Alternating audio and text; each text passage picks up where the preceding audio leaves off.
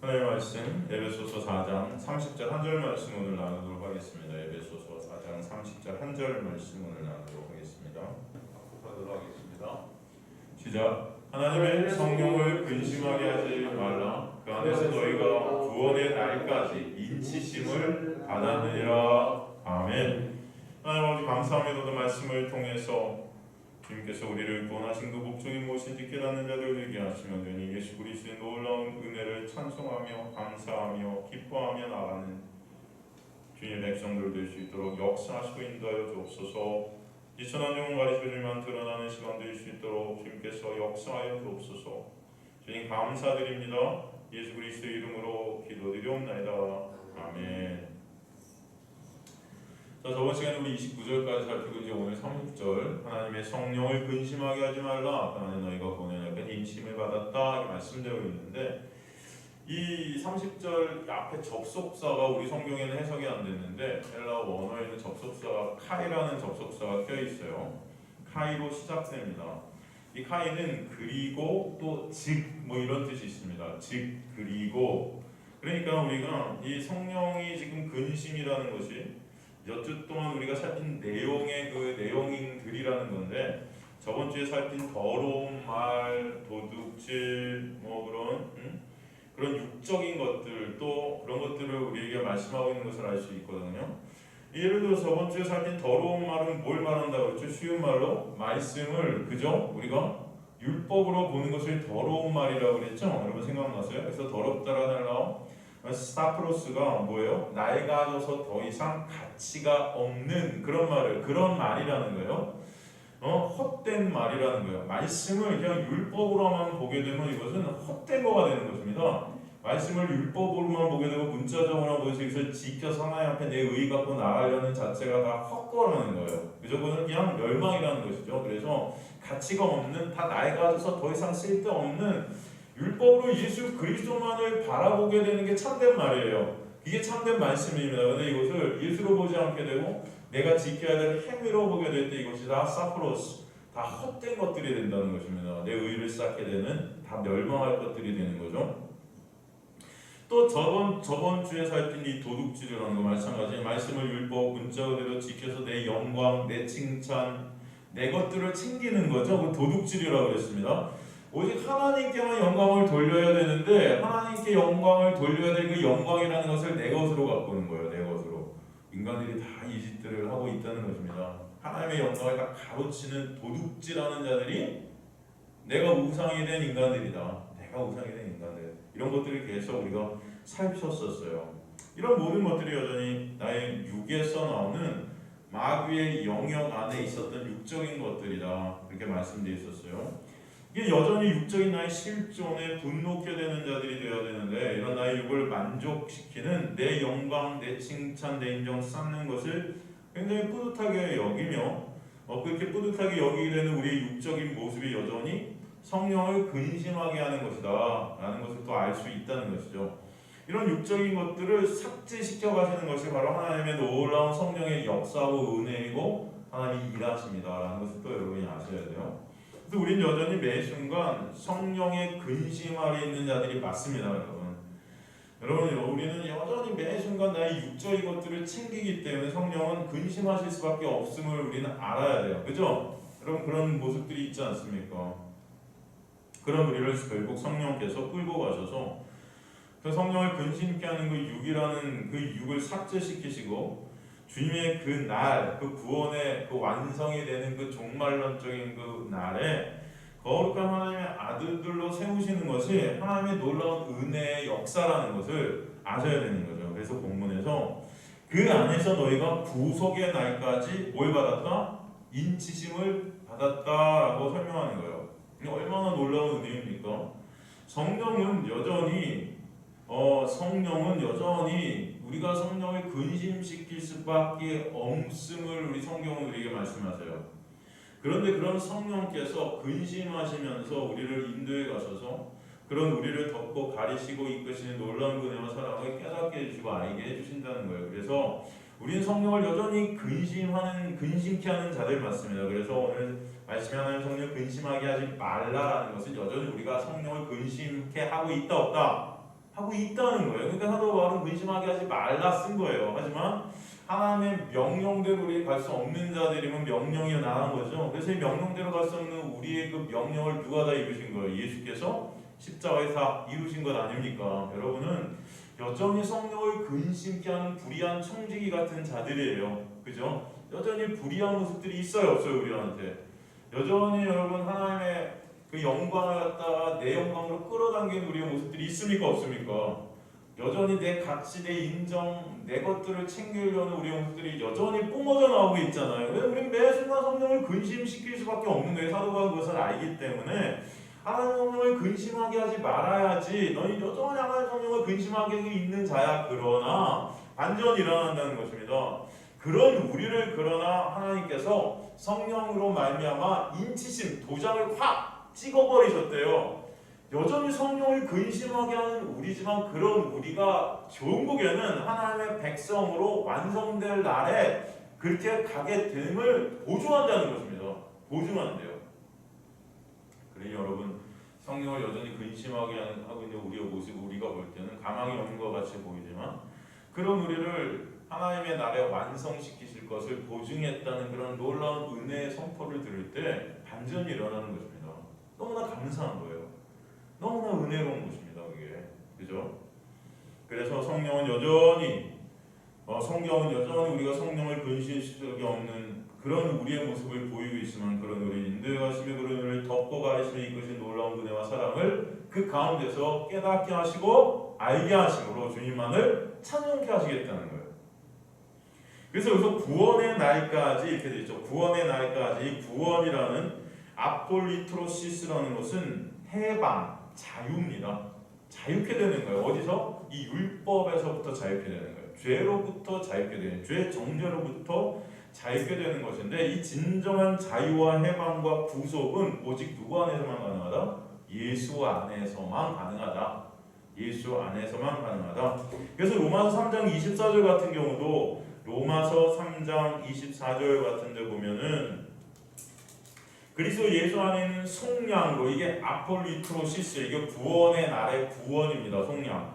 그러니까 이게 속량의 날, 구속의 날. 그러니까 예수 그리스도 안에는 속량으로 말하면 하나님의 은혜로 값없이 의롭다 하심을 얻은 자 되었다 그렇게 말씀하시죠. 그래서 값없이 은혜로 의롭다 하심을 그냥 얻게 된 거예요, 여러분. 그런 아폴리트로시스라는 놀라운 은혜가 우리에게 오게 된 것입니다. 이게 누구 안에서? 오직 예수 안에 있는, 오직 예수 안에서만 이 해방, 이 자유가 있게 돼요. 골로새서 1장 14절도 보면 골로새서 1장 14절도 보면 그 아들 안에서 그 아들 안에서 우리가 속량, 여기도 아폴리트로시스 구원의 날 할 때 구원, 속량, 구속, 해방, 자유 그 속량과 죄사함 그것이 죄사함이라고 그러죠. 얻었도다. 그죠? 우리는 죄로 인해서 정죄받아 죽어야 될 자들인데 그 죄로부터 사함을 받게 됐다. 그죠? 그 놀라운 은혜가 누구 안에서만? 예수 안에서만. 이 아폴리트로시스 구원의 날까지 에이스는 뭐뭐 안으로 향하여 이런 뜻입니다. 그래서 이것이 구원의 날이라는 것이 이 종말론적 구속을 의미해요. 완전히 완성되게 될 그날, 우리의 구속함이 완전히 완성되게 될 그날까지 뭘 받았다? 인치심, 스프라기조라는 헬라어를 쓰는데 인치심을 받았다. 이건 뭐예요? 입증받았다, 증명받았다, 인정받았다 그런 뜻입니다. 도장으로 봉해버렸다. 그러니까 이제 변할 수가 없는 것입니다. 이것은 성령께서 우리 안에 오셔서 여전히 우리의 성령을 근심시키는 그런 자들일지 몰라도 그런 우리를 성령께서 근심하시지만 그 근심 가운데 어떻게 해요? 이 구원의 날에 완성시키도록 봉해버리셨다는 거예요.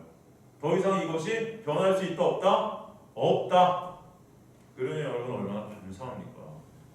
우리 성령을 계속 근심시키는 자들임에도 불구하고 성령은 인치심을 하셔서 끝까지 우리를 끌고 가셔서 우리 육을 삭제시키시고 하나님만 진정 찬송케 되는 자들로 만드시겠다. 그런 의미가 여기 들어있다는 것입니다.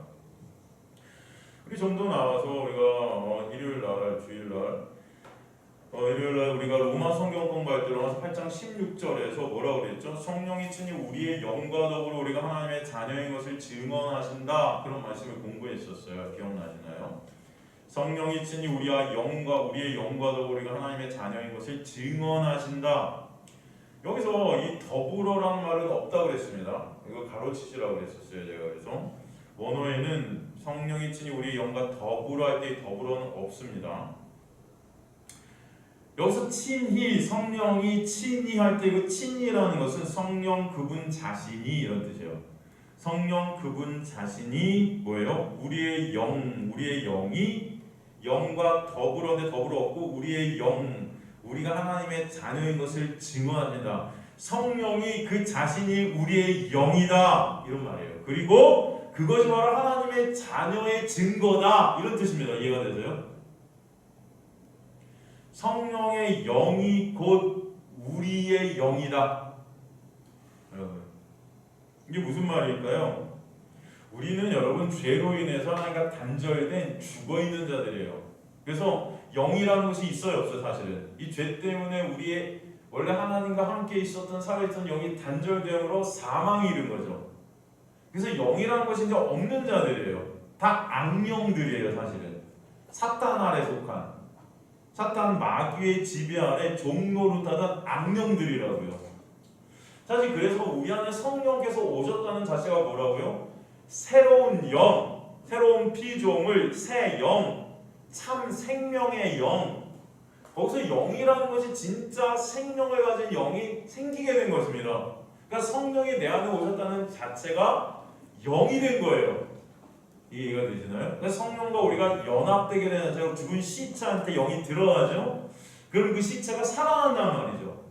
그래서 영이 되는 것입니다. 그렇기 때문에 성령 그 자체가 우리의 영이야 라고 말하는 것입니다. 그 성령이 우리한테 오시지 않으면 우리 영이 될 수 있다 없다? 없다는 거예요. 그죠? 그러니까 우리가 영으로 산 영, 생명의 영이 되었다는 것 자체가 우리 안에 누가 오셨다는 거예요? 성령이 오셨다는 거예요. 그 자체가 뭐예요? 영이다. 그 말씀을 하신 것입니다. 그래서 죽어있는 시체에 우리에게 성령이 주신 그 자체가 성령 안에서 영이 된다는 은혜의 말씀인 거예요.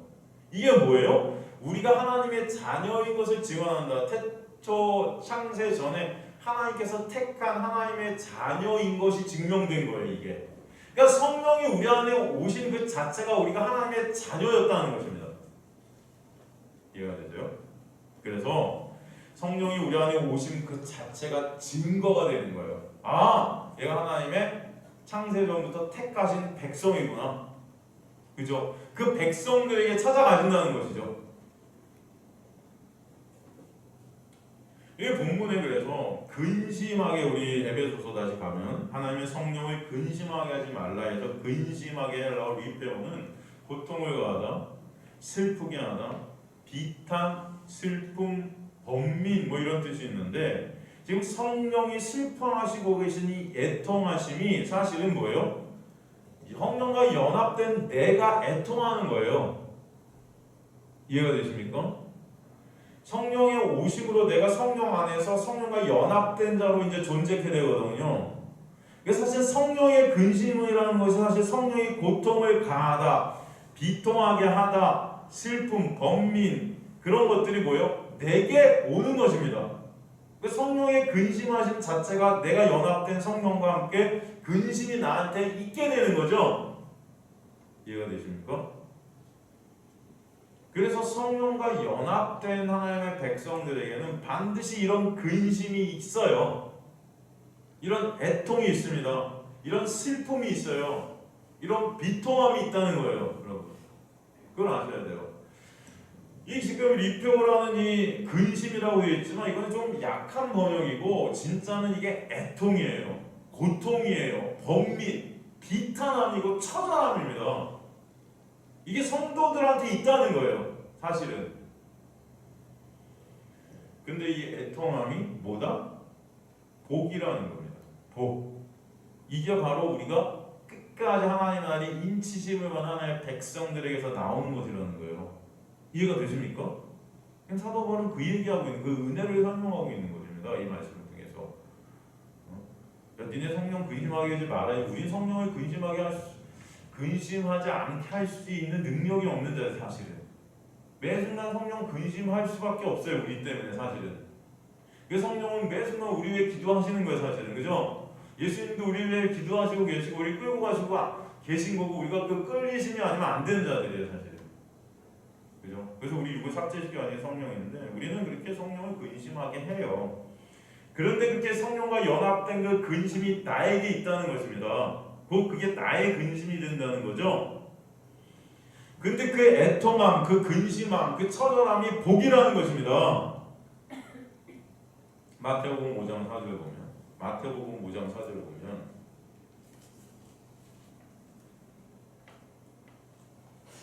애통하는 자는 복이 있나니 그들이 위로를 받을 것이며 나오죠? 애통하는 자. 이 전에 보면 가난한 자, 심령이 가난한 자 복이 있니 천국이 그들의 것이며 애통하는 자는 복이 있나니 그들이 위로를 받을 것이며. 지금 이 가난한 자, 애통하는 자 원래는 그런데 이게 원어를 보면 복이 있는 자여 그들은 애통할지어다요. 복이 있는 자여 그들이 절대적 가난인 푸토코스의 가난이 있게 될 것이다요. 이해가 되십니까? 그래서 복이 있다가 먼저 나와요. 헬라어 원문은. 네? 우리나라 성경은 애통하는 자가 복이 있다 해서 애통하면 조건같이 들리지만 그게 아니고 복이 떨어진 자, 진짜 하나님의 은혜가 떨어진 자는 반드시 애통함이 있고 가난함이 있게 된다. 솔직히 여러분 근데 교회 오는 목적이 뭡니까? 우리가 종교를 갖는 목적이 왜 세상 사람들이 이 세상에서 어찌 보면 이 가난 이런 애통에서 좀 빼내을 받게 해달라고 하는 거 아니에요? 교회 와서 가난에서 좀 풀어나게 해달라고 이 애통한 마음에서 좀 구원해달라고 막 그런 거 아닙니까? 사실? 네? 이 세상이 생각하는 어떤 종교의 힘, 이 세상이 생각하는 어떤 우리가 나아가야 될 더 좋은 곳으로 가야 될 그런 것이 어디에서부터 이 가난에서부터 이 고통, 이 슬픔, 이 비탄, 이 탄식에서부터 내가 더 나아지기를 원하는 그런 마음에서 종교를 갖고 교회 오는 거 아닙니까? 그렇잖아요. 안 그렇습니까? 그런데 기독교는 그런 세상과 지금 반대 것들을 얘기하고 있는 거예요. 사실 만약에 기독교가 그런 세상이 생각하는 가난과 고통, 애통의 소리를 빼내주는 그런 종교로 우리가 알고 있다면 지금 오늘 말씀 가난한 자가 복이 있고 애통하는 자가 복이 있다는 이 말씀은 말이 안 되죠? 그렇지 않습니까 여러분? 이 가난과 애통이 다 영적인 부분에 해당되는 말씀을 먼저 우리가 알아야 돼요. 여러분 사도 바울이 쉬운 예로 무슨 고백을 하죠? 나는 죄인 중에 괴수라는 고백을 해요. 나는 죄인들 중에 가장 극악무도한 죄인이에요. 이 세상 모든 죄인 중에 수장, 제일 죄인. 이 고백이 바로 가난한 마음, 애통하는 마음을 선물로 받게 된 자에게서 나오는 고백이라는 것입니다. 자기 심령이 영적 파산을 인정하는 거예요. 그렇기 때문에 예수 그리스도의 은혜가 아니면 없음이 나의 실존을 깨닫게 되고 알게 될 때 나오게 되는 영적 가난함, 이 절대적 푸토코스의 가난함이라는 것입니다. 이 가난이 있게 된 자가 하나님의 놀라운 복을 받은 자다. 죄로 내 영이 없음임을 아무것도 없는 절대적 가난의 상태가 나임을 알게 되는 거죠. 성령이 죽어있는 우리를 살리시는 그 자체가 그래서 뭐다? 복이라는 것입니다. 쉬움으로 복이 우리에게 떨어지면 이 절대적 가난의 실존을 알게 하시는 거고 내 절대적 가난, 없음임은 그러니까 예수 그리스도의 십자가의 보혈이 아니면 나는 없음임을 깨닫고 진정 이것을 알게 되는 자리가 자기 부인이에요.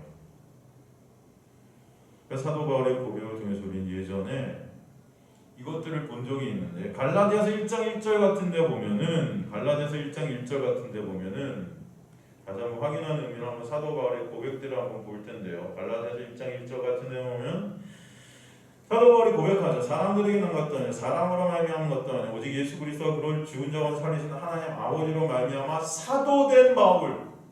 내가 사도야. 근데 어떻게 되냐면 하나님께서 날 세우셨어 된단 말이에요. 지금 이게 예수님 돌아가시고 난 지 48년 정도 될 때 AD 48년에 사도 바울이 갈라디아서를 쓰면서 고백한 내용입니다. 그런데 이로부터 7년 후 AD 55년이 돼서 사도 바울이 다시 한번 자기 자신의 정체성에 대한 고백을 해요. 고린도전서 15장 9절 보면 고린도전서 15장 9절을 보면요. 나는 사도 중에 가장 작은 자라. 나는 하나님의 교회를 박해하였으므로 사도라 칭함받기를 감당하지 못할 자다. 처음에는 야 내가 사도 된 거 하나님께서 나한테 사도 되게 하신 거야. 되게 당당한 어떤 느낌이 있었는데 사역 그 후에 7년을 사역한 후에 고린도전서 15장 9절에서 그는 자기 자신을 보는 눈이 바뀌었습니다. 자신이 사도라고 하기도 감당치 못할 그런 사도 중에 가장 작은 자라는 거예요. 오히려 사역을 하면 할수록 그리고 AD 63년 그로부터 8년이 또 지납니다. 8년이 지나서 에베소서에서 에베소 3장 8절로 가보면 뭐라고 고백합니까? 에베소서 3장 8절로 가보면 그 고린도전서 고백 8년 후입니다. 다시 그러니까 갈라디아서 고백 15년 후에요. 에베소 3장 8절 보면은 뭐라고 합니까? 모든 성도 중에 지극히 작은 자보다 더 작은 나에게, 이 말은 무엇이냐면 성도라고 불릴 자격도 없다예요.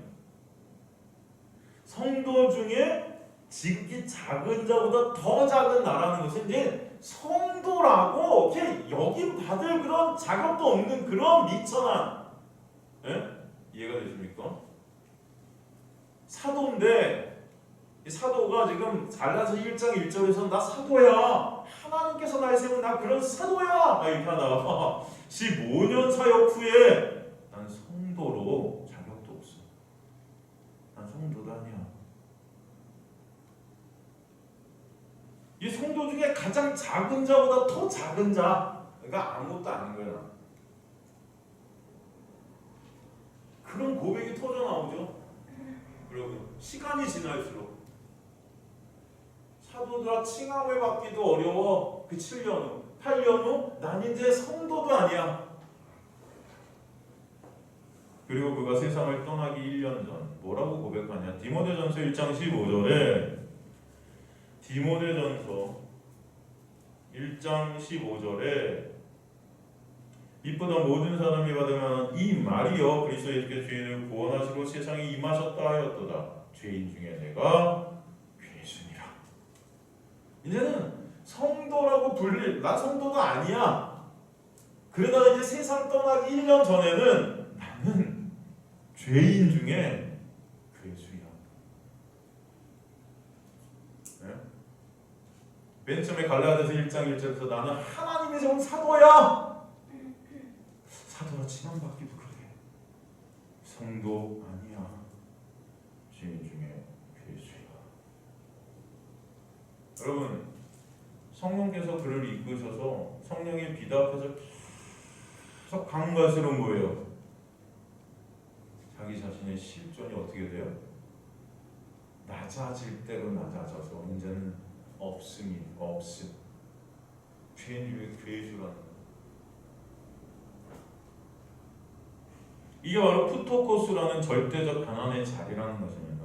이게 바로 애통함의 자리예요. 1%도 자기 자신의 어떤 행위나 자기 자신으로부터 어떤 1%도 그 뿌듯함이 다 사라져버린 거예요. 그걸 자기 부인이라고 하는 것입니다.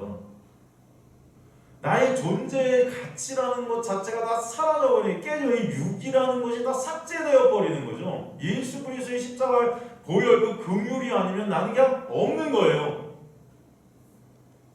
밑보다 모든 사람이 받으면 이 말이요 그리스도 예수께서 죄인을 구원하시고 세상에 임하셨다 하였도다. 죄인 중에 내가 괴수니라.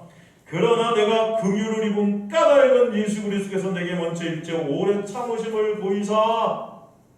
예수 아니면 나는 그냥 없음이에요, 이런 뜻이죠. 그 긍휼, 그 은혜 아니면 저는 그냥 끝인 자예요. 이해가 되시죠?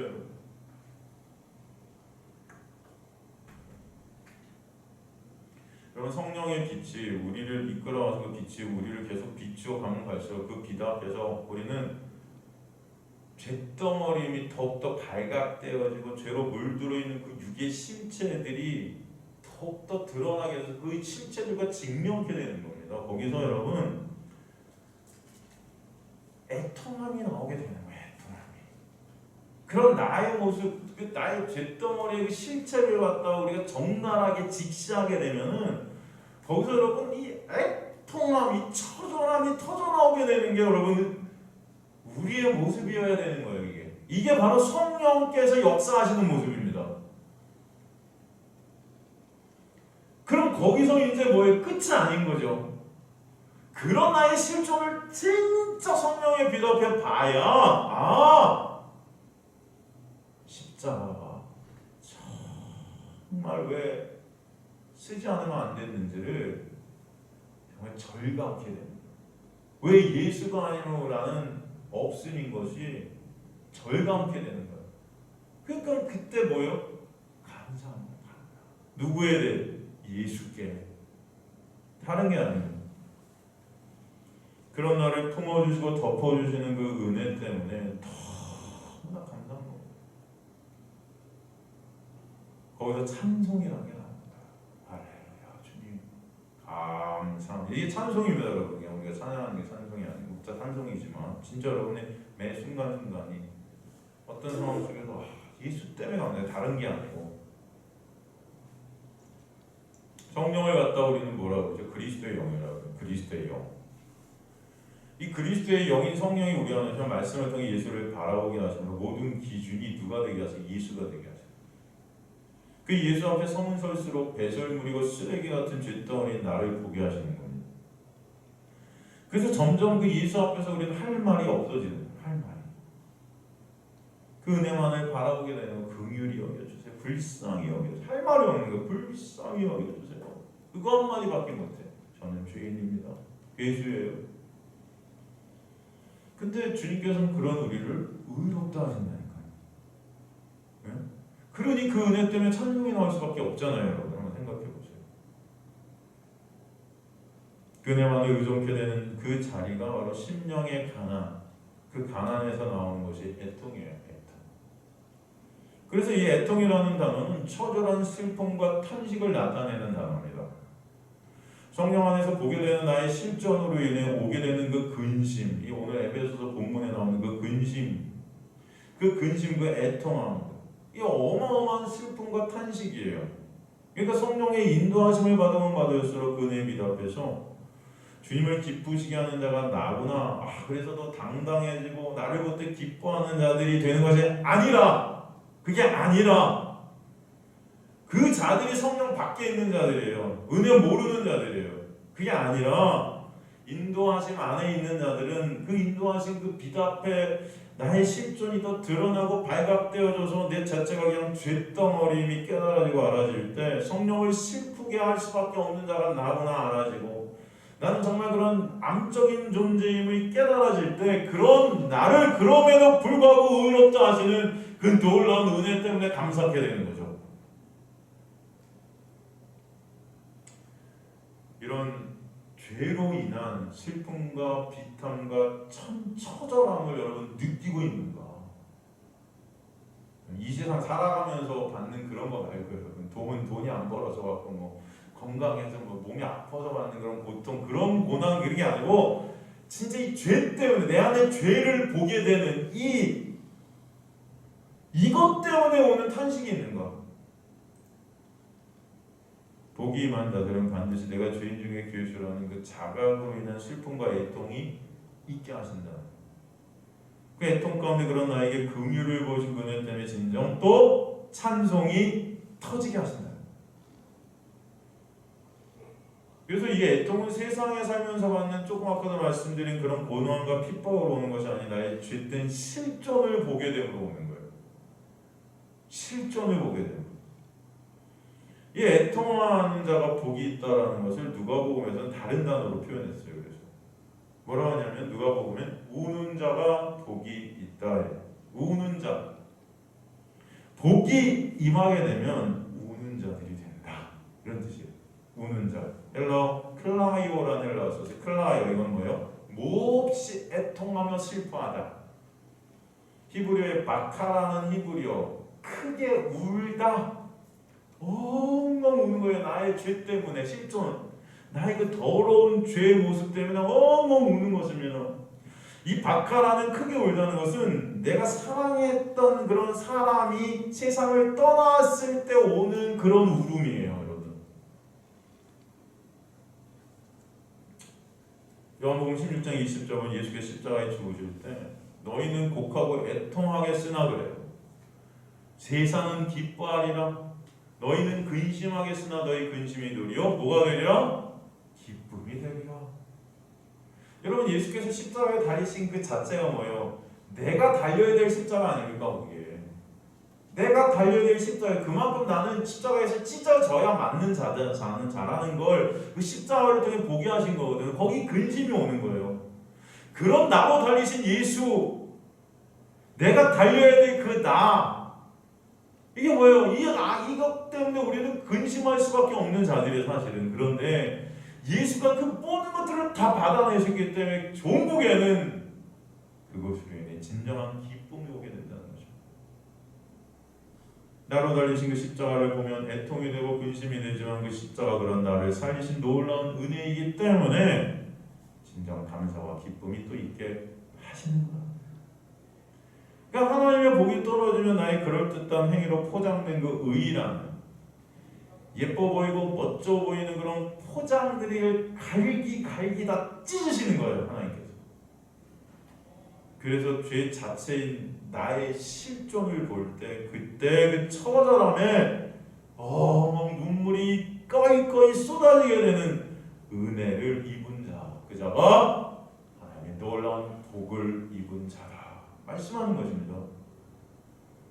그 근심하고 애통하는 나와 연합에 대해서도 근심하시고 애통하는 성령의 역사, 그것이 진정 구속의 날까지 구원의 인치심, 즉 보증을 받은 자임을 알게 해주시는 기쁨과 감사가 있게 하실 거야 라는 거예요, 여러분. 이해가 되시죠? 그래서 하나님의 은혜만 남는 자리로 가게 하시는 과정 중에 항상 이런 애통함이 어떻게 된다? 동반되게 된다. 한 있어요. 고린도후서 7장 7절에 11절에 보면 고린도후서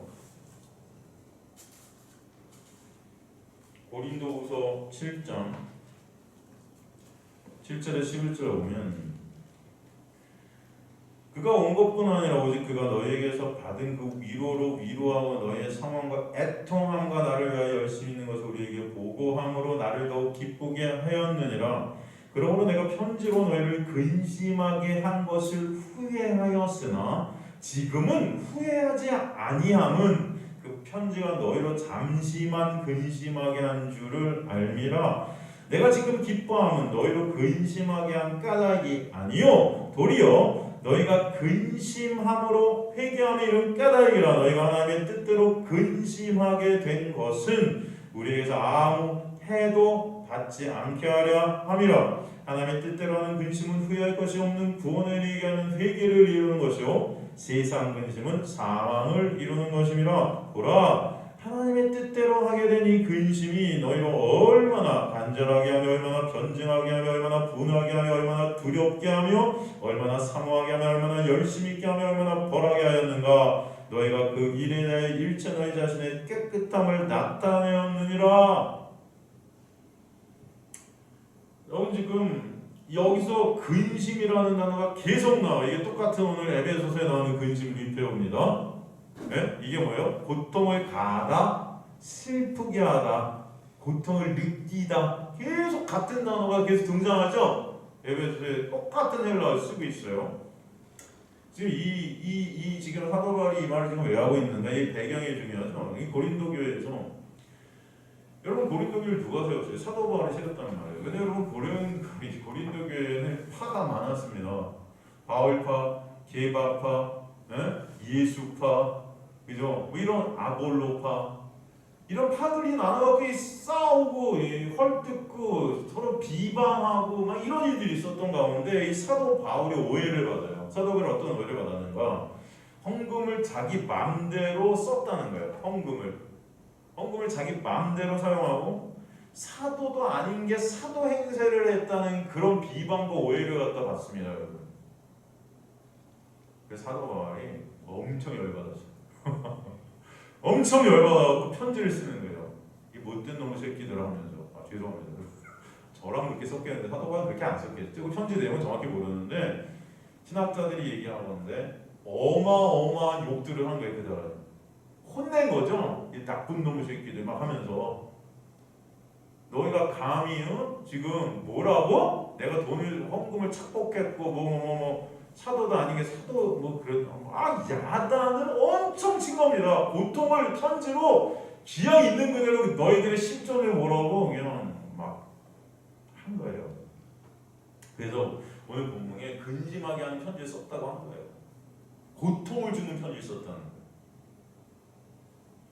근데 감사한 것은 그들이 그 편지를 보고 어떻게 됐다? 뉘우치는 거야. 뉘우친 거야. 잘못했구나. 주님 어떡하죠? 디도가 그걸 와서 지금 전한 겁니다. 전한 거예요. 그래서 이 근심이라는 단어가 계속 등장하지만 결국 이 근심으로 말미암아 고통을 줬지만 결국 그것이 회개에 이르게 하는 근심, 하나님의 뜻 안에 있는 근심, 이것은 결국 기쁨이라는 거야. 이해가 되십니까?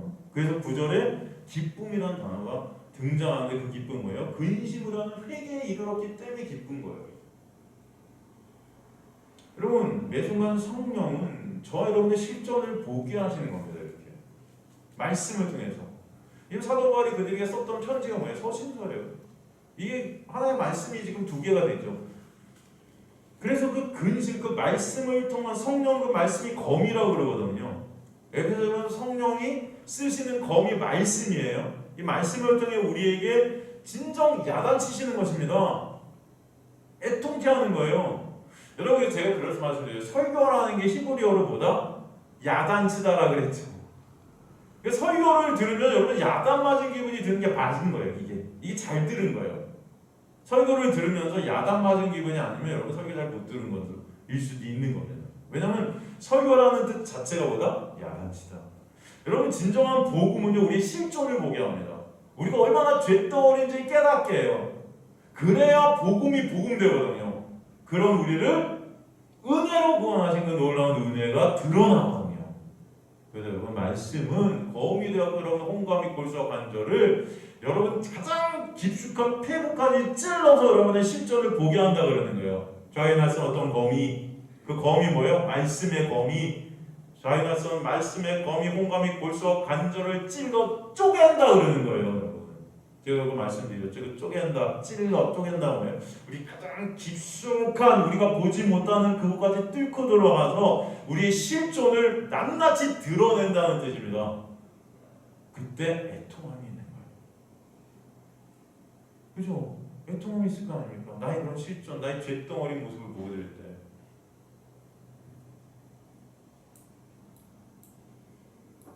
그게 바로 하나님의 놀라운 은혜라는 거예요. 은혜. 그래서 하나님의 뜻대로 근심하게 된 것은 이 뜻대로와 헬라어 카타거든요. 하나님 아래서예요. 이게. 하나님 아래서 근심하겠다는 거예요. 하나님 밖에서 근심한 게 아니고 하나님 안에, 성령 안에서, 예수 안에서 근심하게 된 근심들은 다 복이다. 성령이 우리 안에 오셔 생명을 주시고 성령 안에 살게 된 우리가 그러나 여전히 육을 입고 있기 때문에 육이 나를 지배하고 있어요. 여전히 성령은 그 사실을 매 순간 말씀을 통해 깨닫게 하시고 육이라는 것을 조금씩 다 도려내시고 삭제시켜가지고 깨가시는 거죠. 그런 가운데서 하나님의 은혜가 뭔지를 드러내시는 거예요. 그래서 그런 가운데 나오는 것이 근심이고 애통이라는 것입니다. 우리는 우리 힘과 노력으로, 능력으로 절대 성령을 근심하지 않게 할 수 없는 자들이에요. 그럼 성령 안에서 하시는 그 근심이라는 것이 저주가 아니고 은혜라는 것을 설명하는 거예요. 그래서 인치심을 주의 날에 반드시 구속함이 되는 인치심을 받았다. 그럼 그들이 사도를 모함하고 비난하고 정죄한 것은요, 그들 자신들의 실존을 정확하게 보지 못했기 때문에, 인간들이 내 실존을 정확하게 보게 되면은 누구를 정죄할 수가 없습니다. 왜? 내가 죄인 중에 가장 죄주니까. 이해가 되시죠? 그게 사실 우리의 모습이 맞아요. 그러나 사도의 편지를 통해 성령은 그들의 모습을 보게 한 거야. 니네가 지금 누굴 비방해? 니네 실존을 봐야지. 그런 가운데 애통과 근심이 있게 해주신 거. 그러므로 그 애통과 근심 가운데 진정 하나님의 놀라운 은혜를 보게 되는 것입니다. 그러면 사도 바울이 고린도 교회 편지를 쓴 것은 고린도 전후서가 됐는데, 원래 고린도 전후서 말고 두 편의 편지가 더 있어요.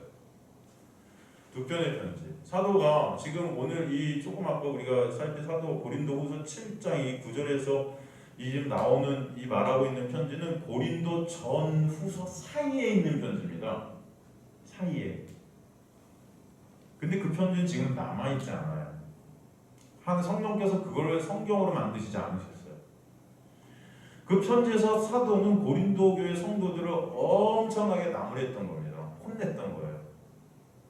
그래서 지금 그 편지를 통해서 니네가 애통하고 고통을 준 것을 사도 바울이 마음 아파한 겁니다. 사실은 막 야단쳤으니까 걱정한 거예요. 혹시 내가 그것 때문에 기왕 여기서 꼬꾸라지면 어떡하나.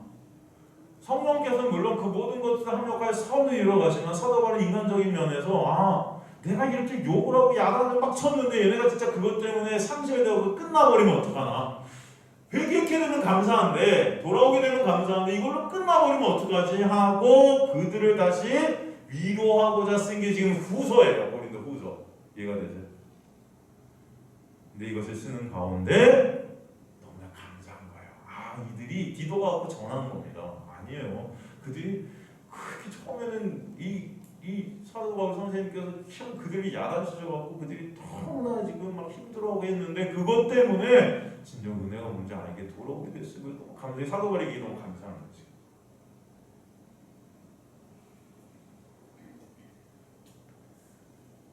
그러면 하나님의 창세전에 택한 백성들 가운데 묵시 가운데 완료된 당 있는 백성들은 반드시 있게 되는 것이 인정 그 애통과 가난함 그 가운데 은혜를 깨닫게 하시는 역사예요.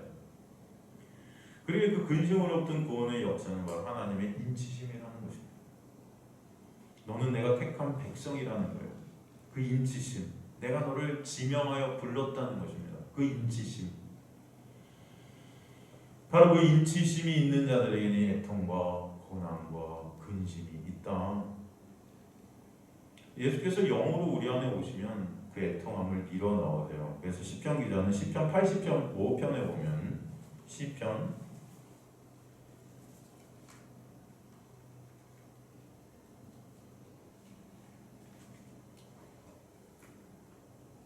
80편 5편에 보면 5절에 보면 주께서 그에게 눈물의 양식을 먹이시며 많은 눈물을 마시게 하셨나이다. 하나님의 택한 백성들은 이 땅에서 눈물이 양식이 된대요. 얼마나 눈물이 나면 애통함이 있다는 거죠. 돈을 못 벌어서 애통함이 있는 게 아닙니다, 여러분. 성령께서 우리 안에 오시면 나의 실존을 보게 되는 것 때문에 애통함이 있는 거예요. 오라나는 공부한 자입니다. 사도 바울의 고백 아닙니까? 그 애통함, 그 눈물이 매 순간 양식으로 먹게 된다. 그게 매 순간 우리가 먹지 않으면 죽잖아요. 그거 먹지 않으면 우리는 죽는다는 거예요. 그 애통함이 없는 자들은 죽는 거예요. 그 애통함이 있는 자들만 산 자들이다. 이런 말씀입니다. 그 애통함이라는 게 양식이라는 거예요, 여러분. 그게 자신의 죄를 범으로 눈물을 흘렸던 자가 구약의 누구죠? 다윗이에요. 다윗. 여러분, 다윗은 인간적인 눈으로 볼 땐 그래서 사실은 자기 충신을 교설하고 그 충신의 부인을 간음하고, 여러분 정말 치졸하고 더럽고 진짜 남자만, 그죠? 근데 하나님은 그런 다윗을 뭐라 그래? 내 마음에 합한 자라고 한단 말이에요. 그러니까 이 세상은 그런 하나님을 이해할 수 없는 거예요. 어떻게 다윗 같은 놈을 합하다고 해? 네? 그런데 그런 자신의 모습을 처절하게 본 그 애통함이 있었던 자가 다윗이기 때문에 그런 가운데 하나님의 놀라운 그 은혜만을 붙잡게 되고 은혜만을 드러내게 된 그 합한 자라는 그 히브리어, 드러내다, 누구만을? 예수 그리스도만을 드러내고 하나님의 은혜만을 드러낸 그 도구가 됐던 것입니다. 시편 6편 6절에서 8절 한번 가보면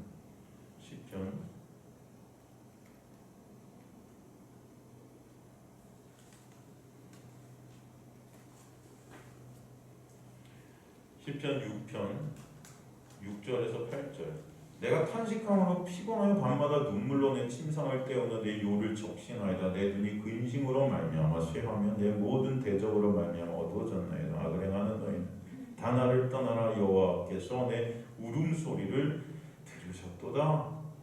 시편 119편도 가보면 시편 119편도 가보면요 119편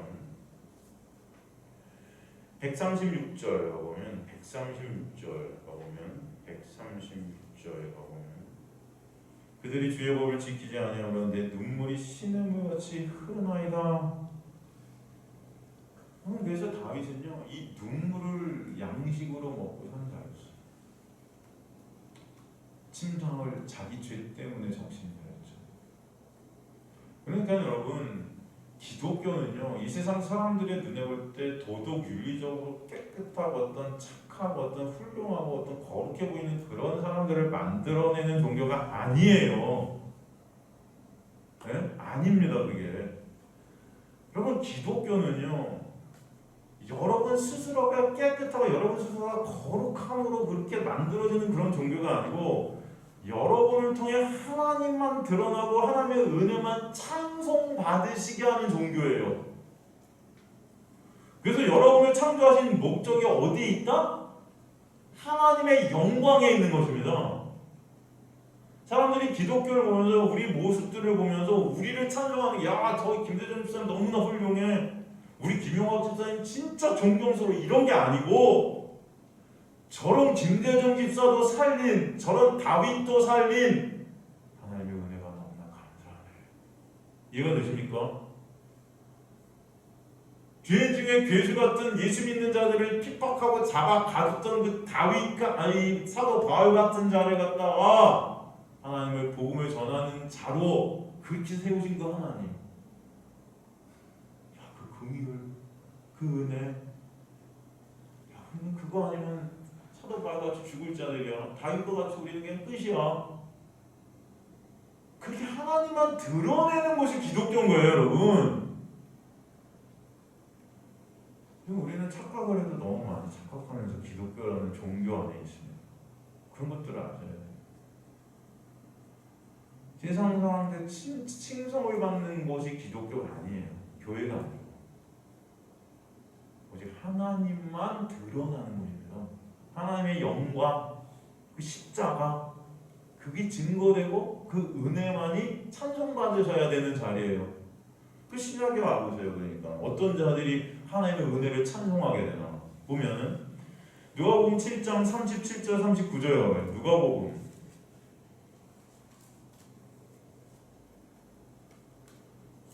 7장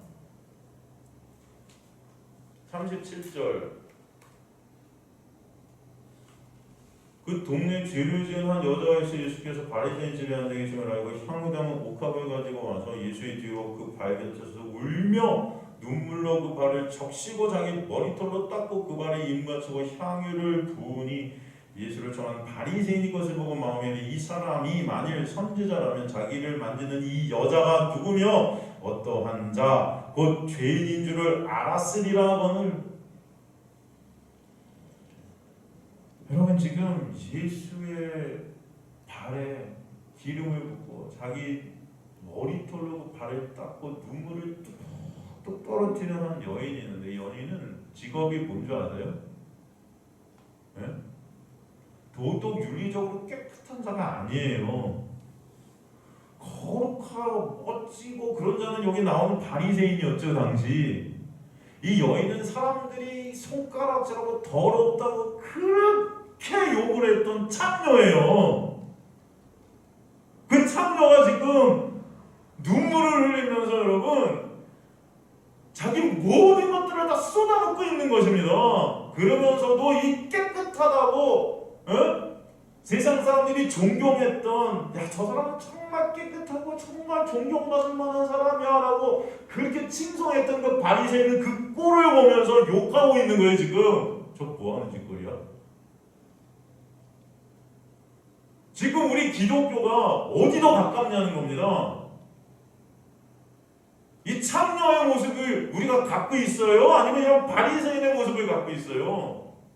도대체 누가복음 7장 47절 48절 누가복음 7장 47절 48절 보면은 이러므로 내가 네게 말하니 그 많은 죄가 사하여졌도다. 이는 그의 사랑이 많음이라. 사함을 받은 일이 적은 자는 적게 사랑하느니라. 이에 여자에게 이르기를 내 주의 사함을 받았느니라. 이런 애통함 가운데 이런 눈물 가운데 여러분 하나님의 놀라운 은혜가 그에게 떨어지는 사실 하나님의 놀라운 은혜가 그에게 떨어졌기 때문에 그 애통함 가운데 주님의 발을 닦고 있는 것입니다. 저는 당신의 발을 닦기에도 부족한 자 오직 인간의 영광이라는 그 당시의 여자의 머리는 영광을 뜻했어요. 사람의 영광, 내 영광, 인간의 영광 챙기기 그 모든 것들은 당신의 발보다도 못한 것입니다. 깨달은 거죠. 그러자 인간의 눈으로 볼 땐 창녀였던 그녀가 의롭다. 여러분 이게 기독교예요. 그녀가 창녀가 무슨 깨끗한 존경받는 이런 기독교의 모습이 기독교가 아니고 이런 창녀를 통해서 하나님의 놀라운 그 은혜가 드러나는 것입니다. 이런 창녀가 의롭다 하시는 그 예수 그리스도의 놀라운 사랑 때문에 우리는 주님을 찬송하는 거예요.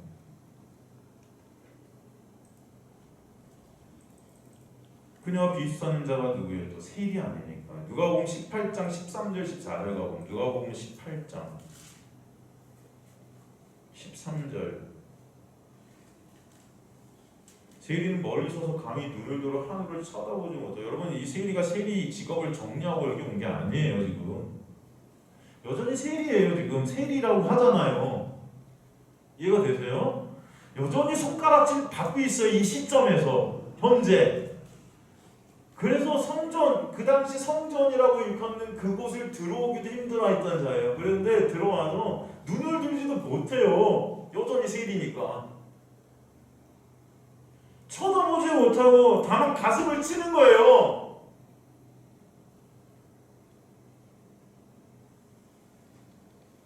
나를 불쌍히 여겨주세요. 나는 죄인으로서이다.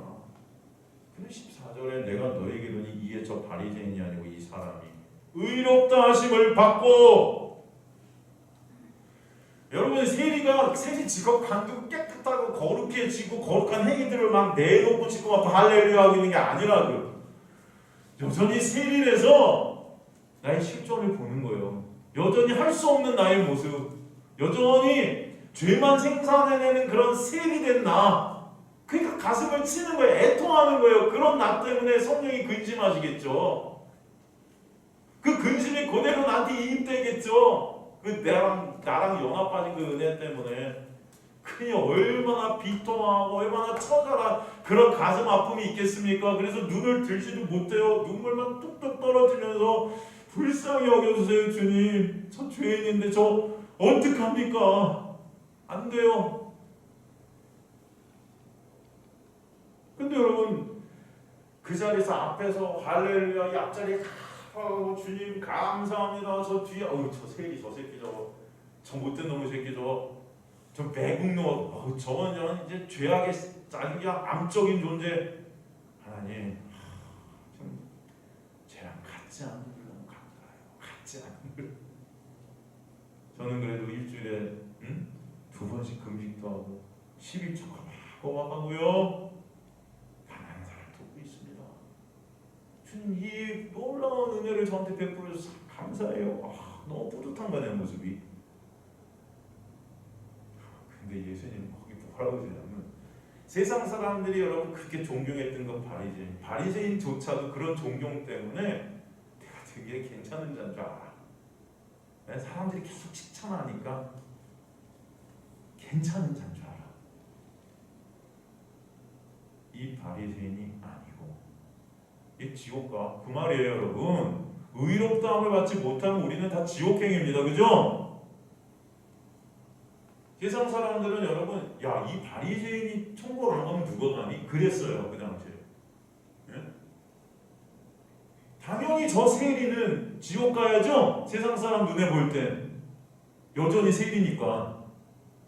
그런데 이 바리새인하고 저 세리가 의롭다함을 얻었느니라. 이게 기독교라고요. 이게 기독교라고요. 무슨 제자 훈련 열심히 해갖고 무슨 내가 제자 되고 무슨 제자 훈련 열심히 내가 거룩해 해주고 뭐 오늘 큐티하고 뭐하고 뭐하고 다 체크해갖고 나 이 정도 했어요. 마음 뿌듯하죠? 오늘 내가 야 다 했어. 하나님 거 교회에서 하는 거 다 했어. 나는 이 정도면 천국 갈 것 같아. 그게 지옥 백성이라고. 그게 우리나라 교회는 그래서 지옥 백성 양성소가 된 거예요. 제가 볼 때. 예? 도대체 이런 처절함과 이런 애통함이 있냐고요. 내가 진정 죄인임은 세리임은 창녀임을 정말 처절하게 보고 있냐고요. 보고. 어?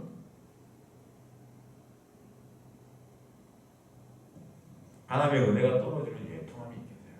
하늘을 들지도 못해 가슴을 쳐다보지 못 하나님 보지 못하고 가슴을 치는 애통함이 복이 임한 자에게 있게 되는 것입니다.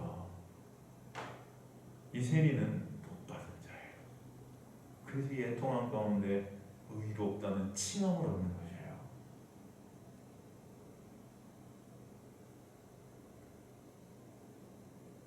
여러분, 우리는 기독교를 모르는 거예요, 지금.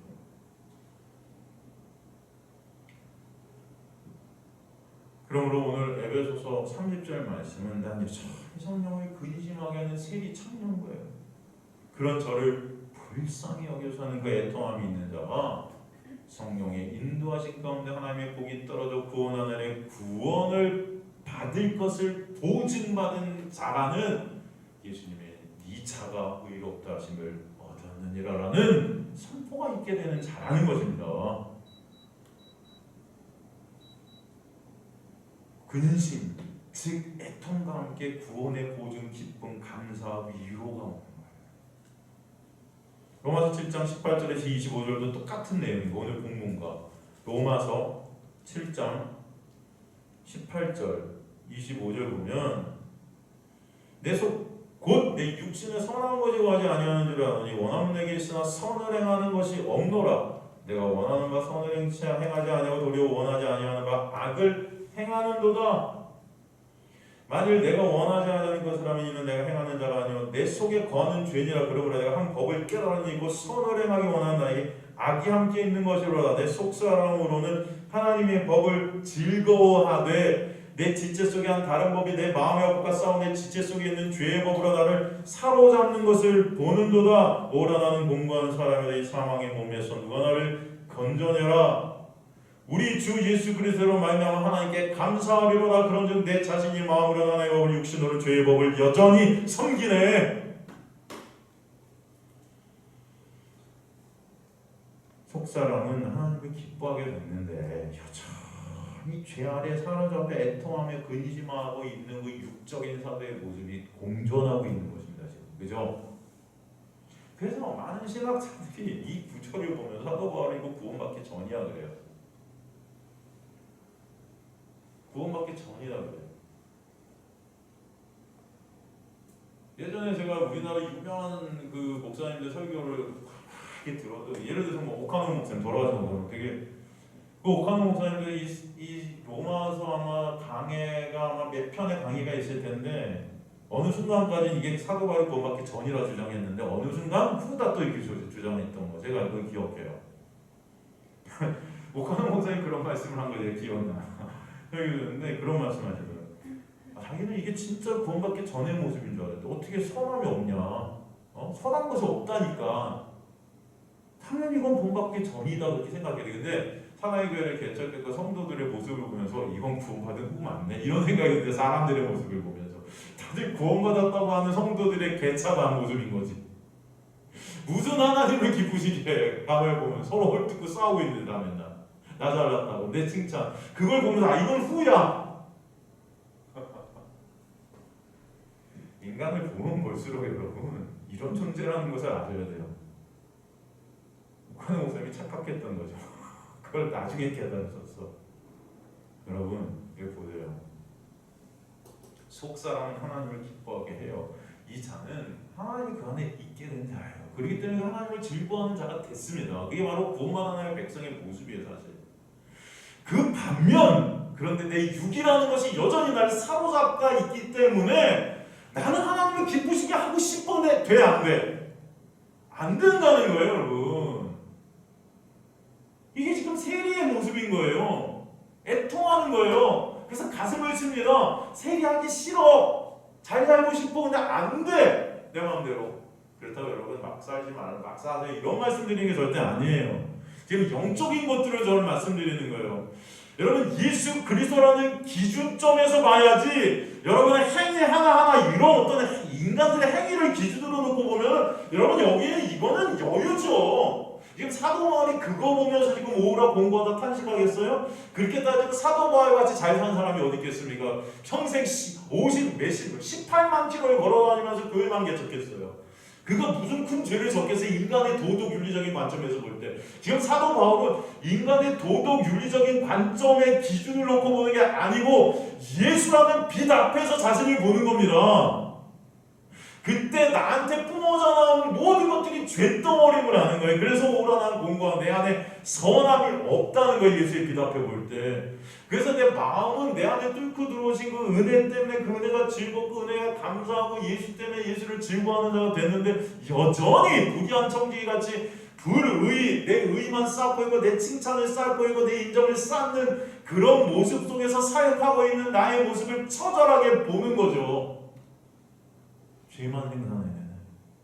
그래서 그게 너무 힘든 거, 너무 괴롭고 너무 내가 죄인 중에 괴수라는 것이 정말 애통할 정도로 눈물이 나는 거예요, 여러분. 그게 바로 성령의 근심케 하는 그런 애통함이 되는 것입니다. 그런데 그 애통함이 예수 그리스도를 통한 구원의 보증이다. 오늘 본문이 말한 것 같이 지금 사도 바울도 로마서 7장에서 오라는 공고하고 이 사망의 몸에서 누가 날 건져내라 하면서 애통하고 있는데 보니까 누가 있어요? 예수가 있는 거예요.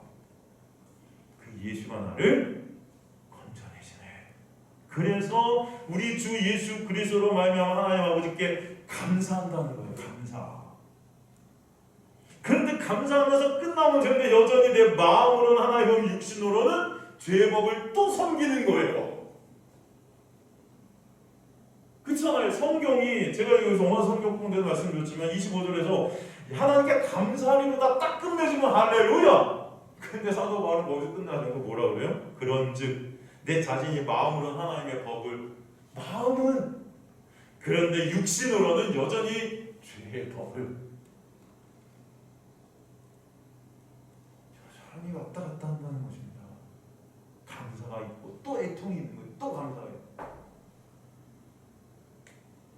그런 가운데 하나님께서는 사도 바울에게 진정한 은혜가 아니면 안 되는 그의 모습을 더 보게 하시는 거죠. 그래서 갈라디아서 1장 1절의 고백에서부터 출발한 그의 고백이 나는 하나님께 택하신 사도야 하지만 더 나의 실존을 또 보고 또 감사하고 또 보고 또 감사하고 더 육을 떠오르면 다시 돌아오고 육을 또 섬기는 나의 모습을 또 왔다 갔다 하는 그런 가운데 나는 안 되는가 나는 사도라 칭함받기도 아니에요. 아니 나는 성도라 칭함받을 수도 없는 자. 나는 죄인 중에 괴수네. 이런 자를 끌려간다는 것입니다. 여전히 안 되네요.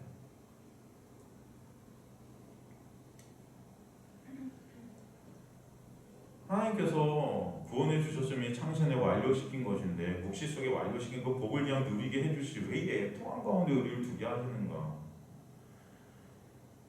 여러분 하나님의 창조의 목적을 알면 이 이유를 알게 돼요. 하나님의 창세에 택한 백성을 구원하시는 이 땅의 파라디돔이 넘겨버리셔서 다시 회복시키시는 그 과정을 통해서 하나님의 목적은 뭐냐면 진정 우리 마음속 깊은 곳에서 하나님만 찬송케 되는 자가 되게 하시는 거예요. 기독교의 목적은요, 기독교 구원의 복음의 구원의 목적은 여러분 나의 유익이 있는 것이 아닙니다. 죄송하지만 여러분이 잘 먹고 잘 살고 여러분의 뭐 생명 뭐 이런 게 있는 게 아니에요. 하나님의 구원의 목적은 단 하나, 하나님의 영광이 있습니다. 그것을 우리가 잃어버리는 순간 여러분 우리는 여전히 우상을 섬기게 됩니다. 나라는 우상. 인간의 힘으로 하나님의 찬송을 받아내는 것이 기독교인 줄 우리는 착각하면서 종교 생활을 하지만 이것이 신이 된 왕이 된 인간의 죄됨이라는 거예요. 이것이 깨 부수시고 오직 하나님만 찬송받게 하시려는 것이 구원의 목적이에요. 그러게 벌교가 벗겨진 그 처음 인간의 자리, 하나님의 은혜가 입혀지지 않으면 존재케 될 수 없는 인간의 실존을 보게 하심으로 그 은혜를 알게 하시고 은혜만을 찬송케 하시는 것이 하나님의 놀라운 인도하십니다. 10편 30편 8절에 12절 보면 10편 30편 8절에서 12절을 보면 여호와여 내가 주께 부르짖고 여호와께 간구하기를 내가 무덤에 내려갈 때 나의 피가 무슨 유익이 있으리요 진토가 어떻게 주를 찬송하며 주의 지기를 선포하리이까 여호와여 들으시고 내게 은혜를 베푸소서 여호와여 나를 돕는 자가 되소서 하였나이다. 주께서 나의 슬픔이 변하여 내게 춤이 되게 하시며 나의 베옷을 벗기고 기쁨으로 띠띠우셨나이다. 이는 잠잠하지 아니하고 내 영광으로 주를 찬송하게 하심이니 여호와 나의 하나님이여 내가 주께 영원히 감사하리로다. 이 구원의 목적이라는 것입니다. 이게 무슨 말이냐면 내가 죽으면 하나님께 무엇을 도와드릴 수 있으니까 나 죽이지 마세요 이런 말이 아니고 저는 무덤 속에 시체나 다를 바가 없는 자이기 때문에 아무 능력도 없는 시체 같은 제가 무슨 당신에게 유익이 있을 수 있겠습니까? 저는 그냥 없음이에요. 주를 찬송할 수도 주의 진리를 선포할 수도 없는 그런 저의 모습 맞습니다. 저는 시체와 똑같아요. 그런 자신의 실태에 대한 자각이 나오게 되는 외침이 지금 10절이에요. 그래서 그런 나를 주님 그저 긍휼히 여겨 주옵소서. 세리에게서 나오는 주님 저를 불쌍히 여겨 주세요. 똑같은 거죠. 에? 그러나 거기서 12절에 주를 찬송하게 되고 감사하게 되는 하나님의 놀라운 은혜가 부어지자 그는 영광으로 마치고 있는 거예요. 오직 누구께만 하나님께만 영광. 여러분 인생을 살게 하신 진정한 찬송과 감사와 당신 택하신 백성들의 마음에서 터져나오게 하시는 자가 복받은 자예요. 그 자리로 성령께서 근심하시고 끌고 가시는 것, 근심 안에서 나를 보고 자기를 부인하는 그 자리에 주님만을 바라보고 은혜에 찬송케 하시는 것.